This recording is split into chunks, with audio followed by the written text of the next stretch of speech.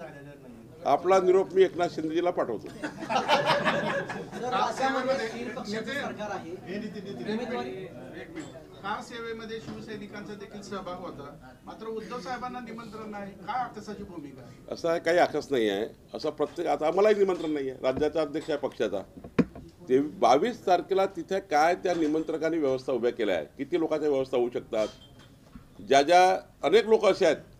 आपण तर कारसेवा एका दिवसाकरता केली असेल, मी एका दिवसाकरता काही माझे योगदान दिलं असेल, पण 527 वर्षाचे रामलल्ला तंबूतले राम मंदिरात जावे याकरता लोकांनी आयुष्य दिलं आहे.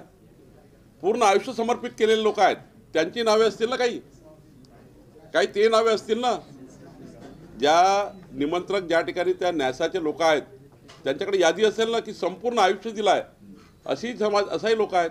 मग 22 जानेवारीच का, 23 जानेवारी जाऊ शकतो, 24 जानेवारीला जाऊ शकतो, 25 जानेवारीला जाऊ शकतो.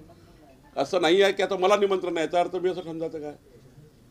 तिथे असा समाज एक मोठा आहे देशामध्ये, असं एक वर्ग आहे ज्यांनी संपूर्ण राम मंदिराच्या निर्माणाकरता संपूर्ण आपलं जीवनच देऊन टाकलं आहे.